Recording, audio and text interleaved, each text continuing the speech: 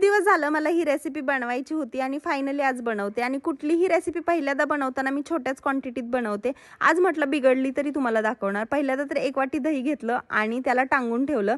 तर हे मी फक्त 20च मिनिटं ठेवलं, खरं तर याला 2 तास ठेवतात। नंतर हे दही म्हणजे रुमालात बांधलेलं दही आपल्याला एका वाटीमध्ये घ्यायचं, त्याच्यात मिल्कमेड आणि आंब्याची प्युरी घालून याची पेस्ट बनवायची।